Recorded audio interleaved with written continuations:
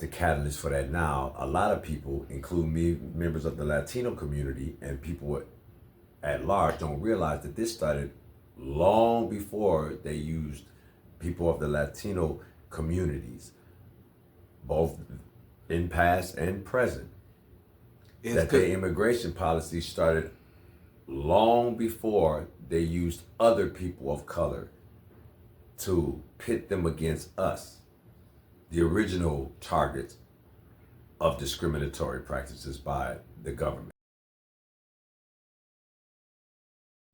The Chinese Exclusion Act was a United States federal law signed by President Chester A. Arthur on May 6, 1882, prohibiting all immigrants of Chinese laborers for 10 years. The law made exception for merchants, teachers, students, travelers, and diplomats. The Chinese Exclusion Act was the first major U.S. law ever implemented to prevent all members of a Pacific national group from immigration to the United States, and therefore helped shape 20th century race-based immigration policy.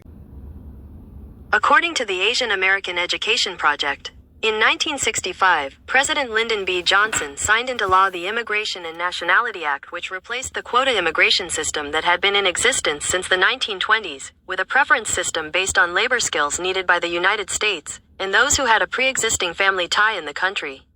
They repeated the process when we won the civil rights process, and so they had to open up immigration again because you had to give minorities such and such rights. So to make that inclusive, this is where they opened up to the Indians, the Asians, and people of that nature.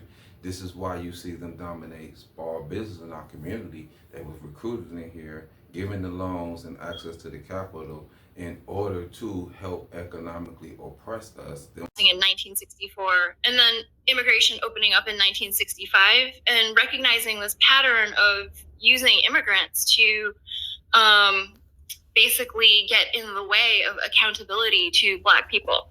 So it's like, okay, the Civil Rights Amendment finally passes. There should be some accountability. Systems should be changing. And then all of a sudden you've thrown a group of people into the mix who don't have context. Like they've just arrived.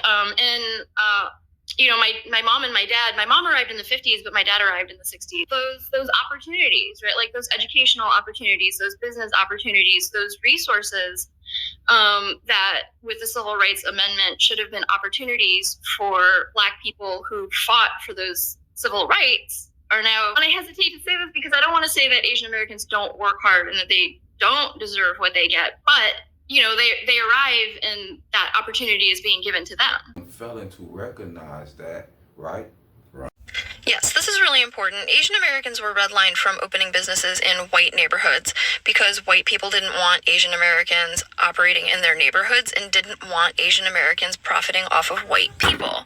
But because the positionality of Asian Americans is weaponized to oppress Black people, Asian Americans were being given loans to open businesses in Black communities, even though Black people were not able to receive loans to open businesses in their own communities.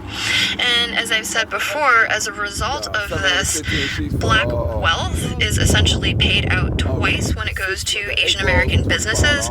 Once when the individual pays for the goods or services, and then again when the Asian American business owner removes the profit from the community. Because usually people open businesses in their own communities, and this is mutually beneficial, where the business owner is making a livelihood off of providing goods and services to their community, and by being a member of leaves them to the vulnerable condition that they are in today while they're being attacked. Okay. You see? I see. And that's what all of us not understanding these aspects of it is that all of it has been a method to undermine us, because if you look at the voting process and the rights that have been established in America, actually Black Americans have been the political or the conscious pulse of America. Right. 13th Amendment, 14th Amendment, equal right. protection to the law, all these things to open up the Constitution to everybody was things that was fought for by Black Americans. Right. You see what I'm saying? 14th Amendment to the U.S. Constitution that many people don't know. Through successful slave revolts and organized struggles against chattel slavery, enslaved Africans forced the United States to pass the 13th, 14th, and 15th Amendments to the U.S. Constitution, known as the Reconstruction Amendments. These amendments, which occurred between 1865 and 1870, were intended to guarantee the freedom of the formerly enslaved Africans, grant them certain civil rights, and protect them and all citizens of the United States from discrimination. The 14th Amendment, ratified on July 9, 1868, granted citizenship to those born or naturalized in the United States and granted all citizens freedom, due process, and equal protection under the law. It expanded the scope of the Constitution's protection of individual liberties by protecting rights from the infringement by a federal government and state and local government. Included the whites in here in order to undermine our political capital, and they're continuously voting in that favor to this day. Right, because it started so long ago, but a lot of people have been lost on that part of history because, as we all know, they're taking a lot of these things out of the educational curriculum. They're using the dog whistle terms like CRT, DEI, and so forth to get people to not focus on the underlying issue and purposes for why they continue to push these narratives and continue to keep people confused and confounded and fighting amongst one